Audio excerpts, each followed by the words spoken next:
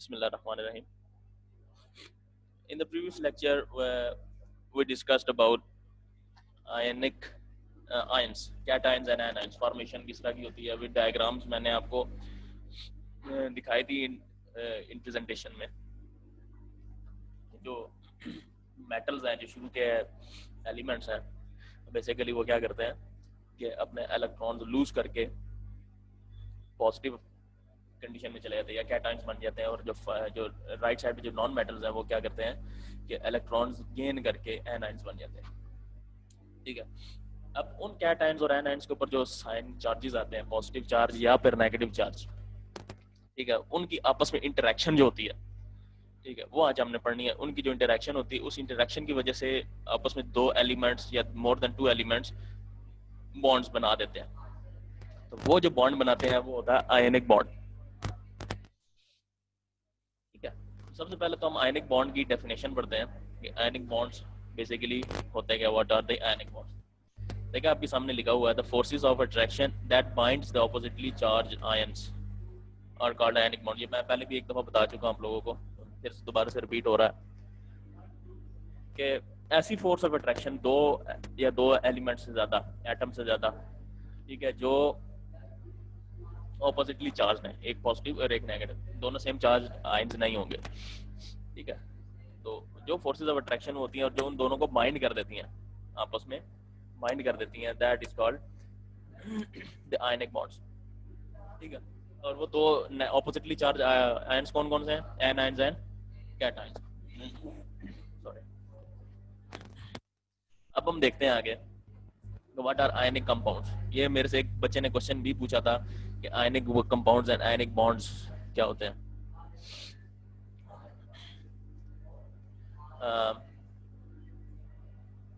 ठीक है, अब देखें जो इलेक्ट्रोस्टैटिक फोर्सेस, हमें पता है कि आयनिक एनायंस और कैटायंस के बीच में इलेक्ट्रोस्टैटिक फोर्सेस होती हैं. Now because of that electrostatic forces, two atoms और टू और more than two atoms combine to form bonds और टू फॉर्म अ कंपाउंड. ठीक है, then that compound is called the ionic compound. अगर ions आपस में इलेक्ट्रोस्टैटिक फोर्सेस की वजह से अगर ज्वाइन होते हैं या कंपाउंड बनाते हैं, that compound will be called ionic compound. ठीक है, लेकिन कंपाउंड अब ऐसे बनते हैं कि उनके ऊपर as a whole charge zero होता है. जैसे देखें आयनिक, हमने एनायंस पढ़ा था जिसमें अगर उसने एक इलेक्ट्रॉन गेन किया था तो उसके ऊपर -1 चार्ज आया था. अगर 2 इलेक्ट्रॉन उसने गेन किए थे तो -2 चार्ज आया था. इसी तरह अगर उस एक एटम ने 2 इलेक्ट्रॉन लूज किए हैं तो उसके ऊपर +2 चार्ज आ जाता है. 3 लूज किए तो +3 चार्ज आ जाता है. ठीक है, अब देखें उनके ऊपर चार्जेस आ गए, लेकिन अब दो एलिमेंट्स या दो एटम्स आपस में जब कंबाइन होते हैं because of this electrostatic forces, तो उनके ऊपर चार्ज जीरो होना चाहिए. और जीरो होता है. वो क्यों होता है? क्योंकि अगर एक के ऊपर +3 चार्ज है तो उसकी कोशिश होगी कि जितने उसने इलेक्ट्रॉन लूज किए हैं, 3 इलेक्ट्रॉन लूज किए हैं, तो वो 3 के 3 इलेक्ट्रॉन किसी ना किसी एटम को शेयर कर दे. अगर एक एटम को शेयर नहीं कर सकता तो 3 सेपरेट एटम को शेयर कर देगा. अगर 3 को नहीं कर सकता 2 को कर देगा. मतलब एक एटम को 2 इलेक्ट्रॉन दे देगा, दूसरे एटम को 1 इलेक्ट्रॉन देकर अपने साथ उसकी बॉन्डिंग करा देगा. ठीक है, इसका ये मतलब है कि the positive charge of cations must be equal to the negative charge of anions. Total एक कंपाउंड की अगर हम बात करते हैं, तो जब भी कंपाउंड्स बनते हैं तो वो इलेक्ट्रिकली न्यूट्रल होते हैं. ठीक है, ये जो बीच का फेज होता है एनायंस एंड कैटायंस, इनके ऊपर सिर्फ चार्ज होता है. एनायन बनने से पहले भी वो इलेक्ट्रिकली न्यूट्रल होता है, कंपाउंड बनने के बाद भी वो इलेक्ट्रिकली न्यूट्रल होता है. इन दोनों के बीच का जो फेज है, जो एनायंस और कैटायन फॉर्मेशन का है, उनके ऊपर सिर्फ चार्ज आता है, इसके अलावा चार्ज नहीं आएगा. ठीक है, I hope this is clear.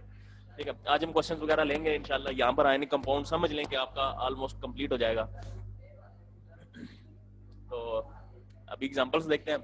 जिस तरह मैंने आपको शुरू में एग्जांपल दी थी कि NaCl जो टेबल सॉल्ट होता है, जो आप खाने का नमक इस्तेमाल करते हैं, उसका फार्मूला है NaCl. ठीक है, सोडियम क्लोराइड बोलते हैं जिसको. अब हमें पता है कि sodium is a metal, chlorine is a non metal.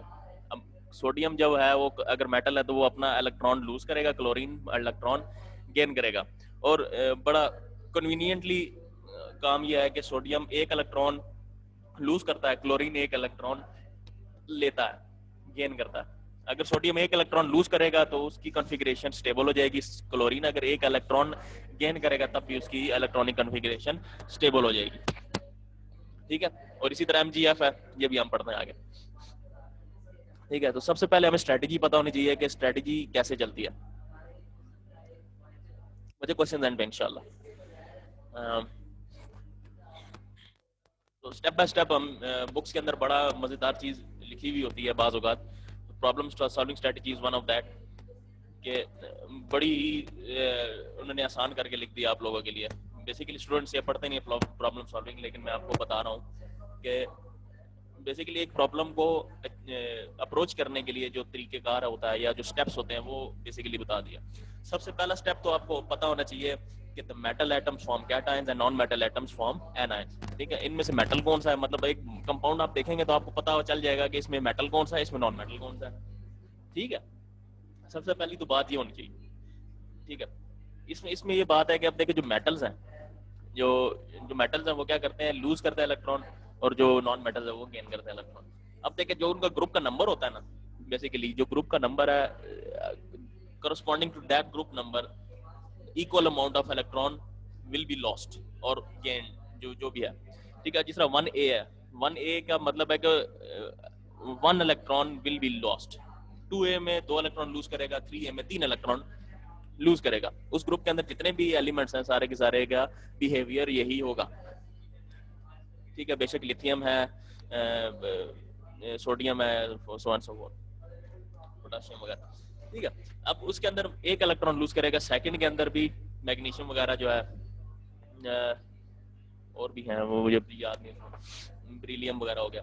ठीक है, उसके अंदर के जो एटम्स हैं वो सारे के सारे सेकंड ग्रुप के अंदर पाए जाते हैं। तो सेकंड ग्रुप का मतलब ये है कि उसमें 2 इलेक्ट्रॉन लूज करेगा वो। ठीक है, टू फॉर्म कैटायंस। ठीक है, अब तीसरा पॉइंट उसने लिखा है कि to write the final form of equation you need to know the simplest ratio of cations to anions that you require for the neutral compound.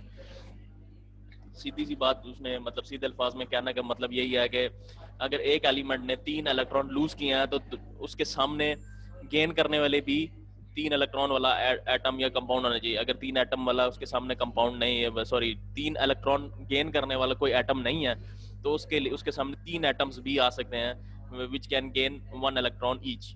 एक इलेक्ट्रॉन वो लेने वाले आ सकते हैं। ठीक है, उनके ऊपर एज अ होल प्लस मतलब जो चार्जेस होंगे, जो होल कंपाउंड के ऊपर चार्ज होगा वो विल बी 0। ठीक है, उसने चार्जेस अपने ऊपर 0 करने हैं, क्योंकि अब देखिए कैटायंस के ऊपर पॉजिटिव चार्ज आ रहा है ना, इनके ऊपर नेगेटिव चार्ज आ रहा है। तो ये शर्त नहीं है कि एक कैटायन के साथ सिर्फ एक एनायन लगेगा या एक एनायन के साथ एक कैटायन लगेगा। This is not the rule. ठीक है, रूल ये है कि उसने अपने ऊपर के जो चार्जेस है, जो चार्ज है प्लस चार्ज, +2 +3 या -2 -3, इन दो कैटायंस और एनायन ने मिलकर, 2 हैं 2 से ज्यादा जितने भी हैं, उन दोनों ने मिलकर अपने होल चार्ज को 0 कर देना या न्यूट्रल कर देना। ठीक है, सबसे पहले हमें ये पता होना चाहिए। फिर ये बेसिकली काम बात यही लिखी हुई है कि उसकी हमने सिंपलेस्ट रेशियो लिखनी है कि एक एनायन के साथ कितने कैटायंस लग रहे हैं या एक कैटायन के साथ कितने एनायंस अटैच है। ठीक है, इसी तरह फिर जब हम इक्वेशन लिखेंगे तो इक्वेशन हमने स्टार्ट करनी है इलेक्ट्रॉन डॉट स्ट्रक्चर के साथ या इलेक्ट्रॉन क्रॉस स्ट्रक्चर, जिस तरह भी हम करें, electron dot and cross structure basically इसको हम बोलते हैं। ठीक है, एक जो एनाइंस है उसको अगर हम डॉट के साथ रिप्रेजेंट करेंगे तो कैटायंस को हम क्रॉस के साथ करेंगे, या वाइस वर्सा भी हम कर सकते हैं। कैटायंस को हम डॉट के साथ और एनाइंस को हम क्रॉस के साथ कर सकते हैं। वो आपकी अपनी मर्जी है, जिस तरह भी आपको कन्वीनियंट महसूस होता है। अब देखें, अब NaCl की बॉन्डिंग का मैं आपको उसी तरीके से जो प्रॉब्लम सॉल्विंग स्ट्रेटजी है इसी के हिसाब से हम लेकर चलते हैं। अब देखिए, sodium is a metal, chlorine is a non metal. अब सोडियम अगर मेटल है तो वो इलेक्ट्रॉन लूज करेगा, क्लोरीन नॉन मेटल है तो गेन करेगा। ठीक है, मेटल एटम जो सेकंड पार्ट देख ले वही लिखा हुआ है कि वो लूज करेगा और जो नॉन मेटल्स है वो गेन करेगा। अगर सोडियम एटम, अब देखिए सोडियम एटम है फर्स्ट ग्रुप में, 1a में, तो that will only lose 1 electron. अगर वो एक इलेक्ट्रॉन लूज करेगा तो यहाँ पर आप देख ले प्लस सिर्फ आया हुआ, यानी +1 इसके ऊपर चार्ज आ जाएगा। ठीक है, तो उसके ऊपर एक +1 चार्ज आ गया। इसी तरह नॉन मेटल है क्लोरीन, वो उसने सिर्फ एक इलेक्ट्रॉन गेन करना है। क्यों? क्योंकि इसके आउटर मोस्ट शेल के अंदर 7 इलेक्ट्रॉन्स अवेलेबल है। अगर 7 इलेक्ट्रॉन्स की बात करते हैं तो एक इलेक्ट्रॉन गेन करेगा तो उसको ऑक्टेट कंप्लीट हो जाएगा। सोडियम के अंदर भी यही बात है, अगर वो एक इलेक्ट्रॉन लूज करेगा तो उसका ऑक्टेट कंप्लीट हो जाएगा। ठीक है, ये यहाँ पर हमने शो किया हुआ है, इसकी बाद हम बात करते हैं।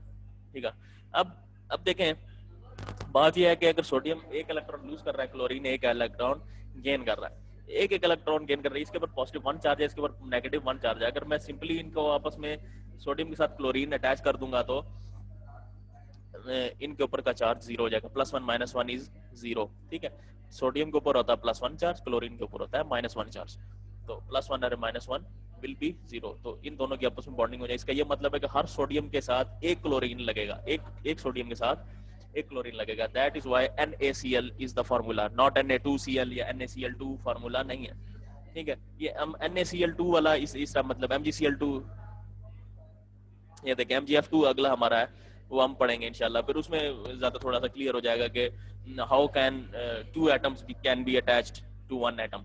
ठीक है, यहाँ तक आई होप क्लियर है। अभी हम इसके इलेक्ट्रॉन डॉट स्ट्रक्चर के ऊपर जाते हैं। अब देखिए, सोडियम को हमने क्रॉसेस के साथ, सोडियम के जितने भी इलेक्ट्रॉन उसको हमने क्रॉसेस के साथ शो करा दिया, क्लोरीन को हमने डॉट्स के साथ शो करा दिया। अब देखिए, सोडियम के पहले दो जो इलेक्ट्रॉनिक शेल्स हैं दैट आर कंप्लीट। अगर मैं यहाँ पर पेन ले लूँ, ये ठीक है, अब ये देखें, इसका ये वाला जो इलेक्ट्रॉनिक शेल है ये भी कंप्लीट है, ये वाला इलेक्ट्रॉनिक शेल भी कंप्लीट है। अब इसमें सिर्फ और सिर्फ एक इलेक्ट्रॉन है, बाकी देख लें आप खाली है। इसका ये मतलब है कि अगर ये वाला इलेक्ट्रॉन लूज कर देगा तो that will become stable, sodium will become stable. लेकिन अगर वो लूज कर रहा है तो उसके ऊपर कौन सा चार्ज आएगा? पॉजिटिव। क्लोरीन अगर लूज करेगा तो उसके ऊपर कौन सा चार्ज आ जाएगा? सॉरी, गेन करेगा तो that will become negative charge. अब बेसिकली होता क्या, अब देखें, इसने यहां से इलेक्ट्रॉन लूज कर दिया, लूज करके किसको दे दिया? क्लोरीन को दे दिया। क्लोरीन में ये देखें 2, ये हो गया 4, ये हो गया 6, ये हो गया 7, ये वाला 7th है। ठीक है, अब ये वाला 7 था। अब इसके ऊपर अगर ये वाला इलेक्ट्रॉन इसके पास आ जाता है, यहाँ पर इलेक्ट्रॉन यहाँ पर इसका आ जाता है, तो that will complete it's octet. इसका आउटर मोस्ट ऑक्टेट कंप्लीट हो जाएगा। अगर ये लूज करेगा तो इसका इनर मोस्ट ऑक्टेट कंप्लीट होगा। तो दोनों का ऑक्टेट कंप्लीट हो गया, दोनों स्टेबल हो गए। ठीक है, तो स्टेबिलिटी के साथ अब इनके क्या होगा कि इसके ऊपर कौन सा चार्ज है? पॉजिटिव, इसके ऊपर है negative charge. So because of that positive and negative charges या opposite charges, they will attract each other to form a ionic compound या आयनिक बॉन्ड बनाएंगे। ठीक है, तो ये दोनों अगर आपस में मिल जाएंगे तो आयनिक बॉन्ड बनाएंगे। इसको बोलेंगे, जो NaCl है ये खुद का एक कंपाउंड है, that compound is ionic compound. जो आयन्स मिलकर बनते हैं वो कंपाउंड क्या होता है? आयनिक कंपाउंड होता है। उनके बीच के अंदर जो जोड़ने की ताकत होती है उसको हम आयनिक बॉन्ड्स कहते हैं। बॉन्डिंग को हम क्या कहते हैं? Ionic bonding, ionic bond. ठीक है, अगर आप यहाँ पर देखें तो इसके ऊपर +1 चार्ज है, इसके ऊपर -1 चार्ज है, तो that as a whole has a 0 charge. ठीक है, इसके ऊपर कोई चार्ज नहीं है, ये इसके ऊपर +1, इसके ऊपर -1, इसका भी ऑक्टेट कंप्लीट है, इसका भी ऑक्टेट कंप्लीट है। अब ये देख लें, यहाँ पर आप सिनेरियो देख रहे हैं, देखा एक डॉट इसका अपना था ये वाला, और ये वाला क्रॉस सोडियम का था। ठीक है, तो ये यहाँ से इसलिए हम इलेक्ट्रॉन डॉट की बात करते हैं ताकि हमें क्लियर हो जाए कि कौन से इलेक्ट्रॉन किसके हैं। वैसे बेसिकली अगर हम प्रैक्टिकली देखा जाए, अगर माइक्रोस्कोप के अंदर देखा जाए तो हमें इलेक्ट्रॉन्स आपस में नहीं फर्क पता चलता, दो एटम्स या 3 एटम्स के बीच का कोई फर्क नहीं पता चलता, क्योंकि इलेक्ट्रॉन की कंपोजिशन सेम है। जितने भी एलिमेंट्स है दुनिया के अंदर, ठीक है, उनकी कंपोजिशन सेम है। तो इसी वजह से हम सिर्फ अपनी आसानी के लिए इसको इलेक्ट्रॉन या डॉट और क्रॉस के स्ट्रक्चर में देखते हैं, ताकि हमें पता चल जाए कि कहाँ से इसकी मूवमेंट हुई है और किस एटम से उसने इलेक्ट्रॉन अचीव किया या लूज किया। ठीक है, नेक्स्ट एग्जांपल हम देखते हैं MgF की। अब देखें, magnesium is a metal also, fluorine is non metal. ठीक है, अब मैग्नीशियम सेकंड ग्रुप में है। सेकंड ग्रुप की बात अगर हम करें तो सेकंड ग्रुप की मैंने आपसे बात की थी कि ग्रुप का जो नंबर होता है उतना ही नंबर ऑफ इलेक्ट्रॉन वो लूज करता है। ठीक है, जिस तरह अगर फर्स्ट ग्रुप की बात करें तो फर्स्ट ग्रुप के अंदर जितने भी जो मेटल्स हैं वो एक इलेक्ट्रॉन लूज करते हैं। जो सेकंड एटम, जो सेकंड ग्रुप है उसके अंदर दो इलेक्ट्रॉन्स लूज करेंगे। जो थर्ड है उसके अंदर 3 इलेक्ट्रॉन्स लूज करेंगे। मैग्नीशियम है सेकंड में तो 2 इलेक्ट्रॉन लूज करेगा। लेकिन अब फ्लोरीन जो है वो इसके जो आउटर मोस्ट शेल के अंदर 7 इलेक्ट्रॉन्स, ठीक है, एक इलेक्ट्रॉन वो गेन करेगा तो उसका ऑक्टेट कंप्लीट हो जाएगा। अब देखें, अब यहाँ पर बात आ रही है कि मैग्नीशियम तो 2 दे रहा है इलेक्ट्रॉन्स 2 लूज कर रहा है, लेकिन फ्लोरीन 1 गेन कर रहा है, लेकिन इनका बॉन्ड कैसे बन सकता है? अब तो वो एक इलेक्ट्रॉन गेन कर रहा है, Mg 2 इलेक्ट्रॉन लूज कर रहा है, तो इन दोनों का आपस में कंपैटिबिलिटी नहीं बन रही, सही है। लेकिन बात ये है कि मैंने जिस तरह पहले कहा था कि जरूरी नहीं है कि एक एनाइन के साथ एक कैटाइन लगेगा या एक कैटाइन के साथ एक एनाइन ही लाजमी है, नहीं ऐसी बात नहीं है। अब मैग्नीशियम बनता है कैटाइन, कैटाइन के ऊपर कितने चार्जेस है? +2। एनाइन हमारा पास है फ्लोरीन का, फ्लोरीन के ऊपर है -1 चार्ज, ठीक है। अगर मैं फ्लोरीन के 2 एटम्स ले लूं, यानी कि इसका ये मतलब है कि 2 fluorine 2 electrons as a whole, एक फ्लोरीन एक इलेक्ट्रॉन गेन करेगा, दूसरा फ्लोरीन दूसरा इलेक्ट्रॉन गेन कर लेगा, यानी कि उसके अब दोनों ने मिलकर बामरी कहते हैं ना, बामी मुशावरत के साथ इलेक्ट्रॉन उन्होंने गेन कर लिए, ठीक है। उन दोनों ने मिलकर वो इलेक्ट्रॉन की डेफिशिएंसी पूरी की, अपने अपने साथ एक एक इलेक्ट्रॉन गेन करके अपने अपने ऑक्टेट कंप्लीट कर लिए। इसका ये मतलब है कि एक मैग्नीशियम ने 2 फ्लोरीन की जरूरत पूरी कर दी। अब मैग्नीशियम के साथ 2 फ्लोरीन के एटम्स अटैच हो जाएंगे because of this electronegative forces, ये सॉरी जो इलेक्ट्रिकल फोर्सेस होते हैं, इलेक्ट्रिकल जो चार्जेस की वजह से फोर्सेस होंगे, ठीक है। Mg+2 फ्लोरीन -1, एक और फ्लोरीन का -1 चार्जेस आएगा, ठीक है। तो ये बात। अब देखें मैग्नीशियम सेकंड पॉइंट में देखें आप, मैग्नीशियम विल लूज 2 इलेक्ट्रॉन्स लेकिन fluorine will gain 1 electron, so each magnesium ion will need 2 fluorine ions, ठीक है। एक मैग्नीशियम के साथ 2 आयंस लगेंगे, कैसे लगेंगे ये वाली आप एग्जांपल देख लें, इसके बाद हम क्वेश्चन वगैरह आपसे लेते हैं और फुल डिटेल के अंदर हम क्वेश्चन वगैरह लेंगे, आप अपने क्वेश्चन ध्यान में रखते जाइए।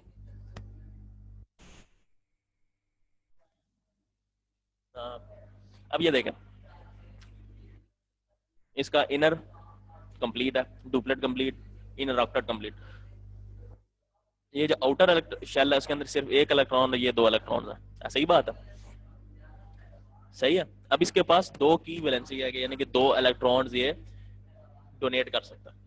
अगर ये 2 इलेक्ट्रॉन डोनेट करेगा तो उसके ऊपर कौन सा चार्ज आएगा? +2 चार्ज आएगा, ठीक है, ये यहाँ पर लिखा हुआ है।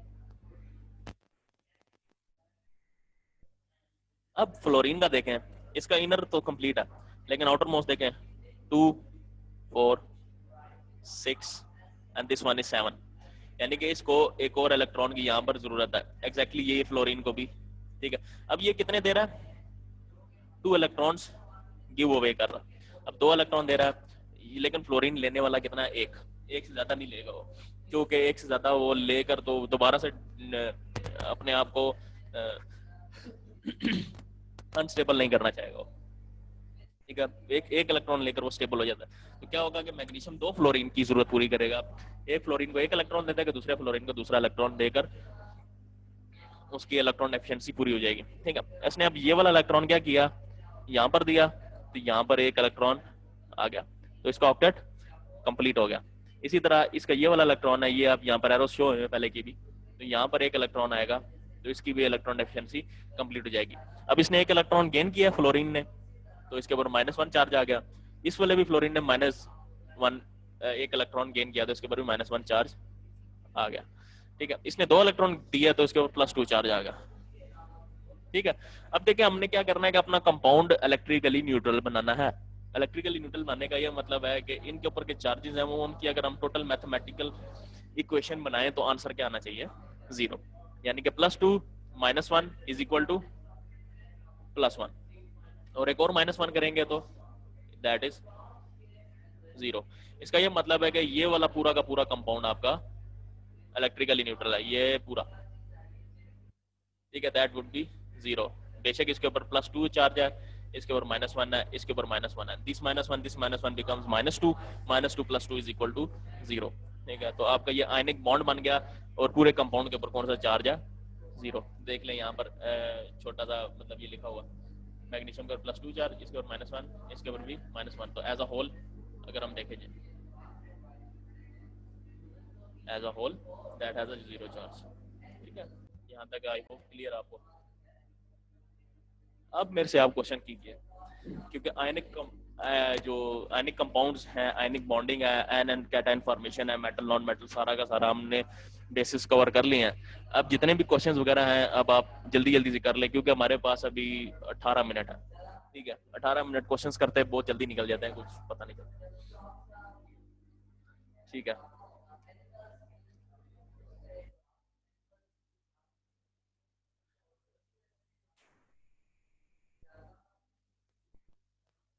अच्छा एक मिनट, मैं एक और चीज इधर खोल के रख देता हूँ आपके सामने।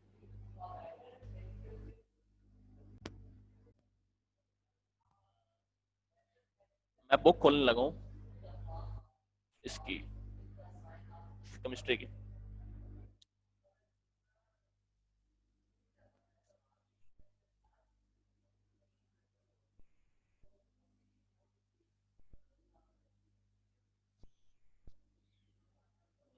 Forty four.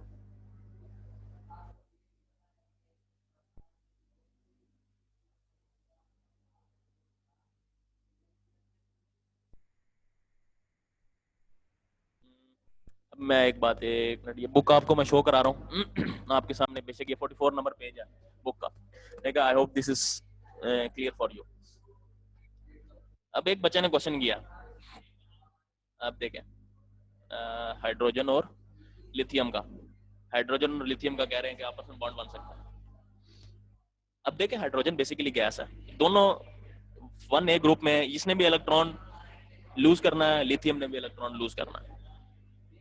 ठीक है, तो दोनों इलेक्ट्रॉन अगर लूज कर रहे हैं तो फायदा नहीं। एक इलेक्ट्रॉन को गेन करना लाजमी है, एक इलेक्ट्रॉन को लूज करना लाजमी। ठीक है, इस तरह का मैंने कोई कंपाउंड बनाया तो देखा तो नहीं है, लेकिन चेक करते हैं अगर मेरे पास यहाँ पर कोई शो हो जाता है। इसके बाद अभी मैं आपसे क्वेश्चन ले लेता हूँ, नेक्स्ट क्वेश्चन, इसका मैं आंसर आपको डिटेल में देता हूँ।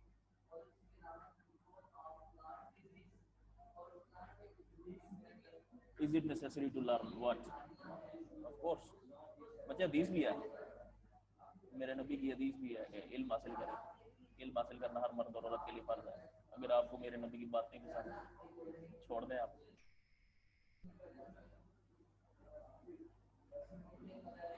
बच्चे टेबल आपने सिर्फ फर्स्ट 20 एलिमेंट्स याद करने हैं, देख लें, हाइड्रोजन से लेकर कैल्शियम तक।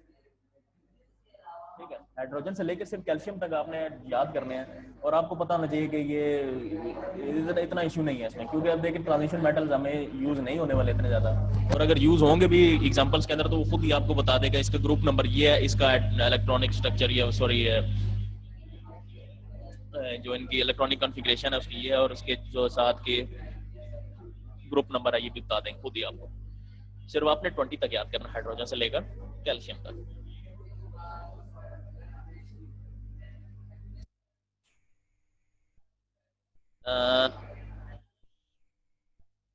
आयनिक कंपाउंड में समझा देता हूँ आपको। एक मिनट, एक मिनट। एमजीएफ की फॉर्मेशन दोबारा रिपीट हो जाती है।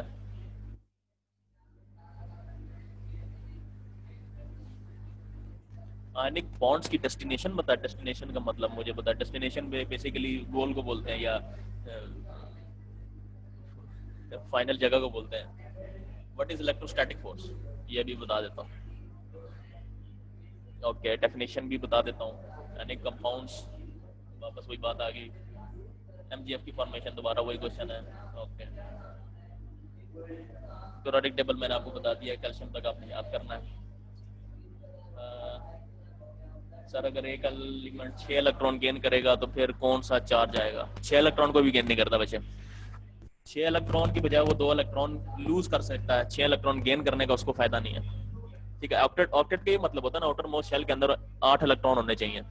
तो आपका मतलब, कहने का मतलब ये है कि 6 इलेक्ट्रॉन गेन करने का मतलब ये है कि उसके आउटर मोस्ट शेल के अंदर 2 इलेक्ट्रॉन थे पहले के, तो 6 इलेक्ट्रॉन गेन करके उसने ऑक्टेट कंप्लीट किया। तो ऐसी बात नहीं होती। मैग्नीशियम देख ले, बेरिलियम देख ले, कैल्शियम देख ले, जितने भी हैं, इनके आउटर मोस्ट शेल के अंदर 2 इलेक्ट्रॉन है, बजाय इसके कि वो 6 इलेक्ट्रॉन गेन करें वो 2 लूज कर देंगे। ठीक है, 6 इलेक्ट्रॉन लूज गेन कोई नहीं करने वाला। ठीक है, मैक्सिमम 4 होते हैं।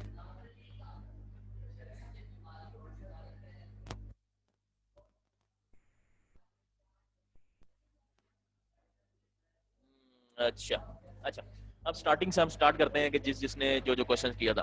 एमजीएफ की फॉर्मेशन, ओके। अब मैं वापस अपनी इस पे आता हूँ, ये सॉरी, अगर मैं यहाँ पर पेंसिल ले लूँ। येलो कलर में। I hope this is clear.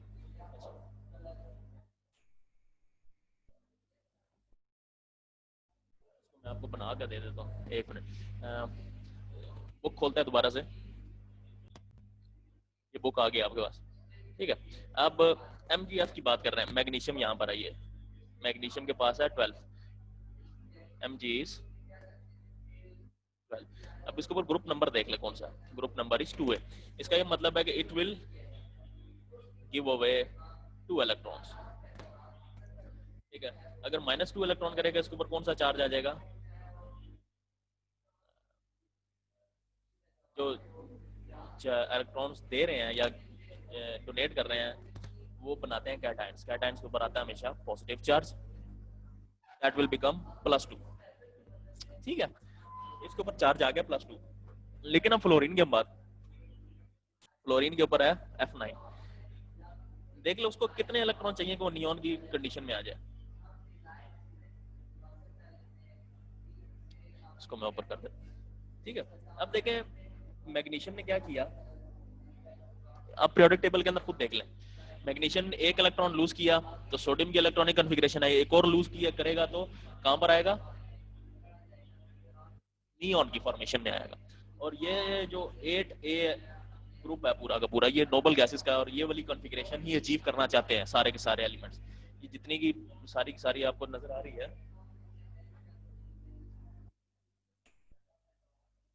नजर नहीं आ रहा?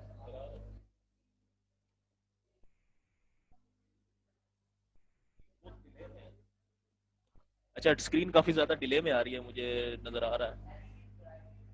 मैंने बुक खोली हुई है सामने, हाँ? नेट का इश्यूज हो सकता है हमारे पास, ठीक है। अब देखें मैग्नीशियम ने एक इलेक्ट्रॉन लूज किया सोडियम पे आया, और एक और इलेक्ट्रॉन लूज किया तो नियॉन की फॉर्मेशन पे आ गया। तो ये इसने 2 इलेक्ट्रॉन लूज करने हैं और फ्लोरीन ने एक इलेक्ट्रॉन गेन करना है, तब जाके वो स्टेबल हो जाएगा। अब मैग्नीशियम 2 डोनेट कर रहा है लेकिन फ्लोरीन 1 ले रहा है, तो इन दोनों के बीच में बॉन्ड सिर्फ उसी सूरत में बनेगा जब मैग्नीशियम एक एटम जो है 2 इलेक्ट्रॉन देकर 2 फ्लोरीन की जरूरत पूरी करेगा। फ्लोरीन की क्या जरूरत है, 1 इलेक्ट्रॉन गेन करना। मैग्नीशियम कितने डोनेट कर रहा है, 2 इलेक्ट्रॉन डोनेट कर रहा है, तो वो मैग्नीशियम 2 फ्लोरीन एटम्स को डोनेट करेगा।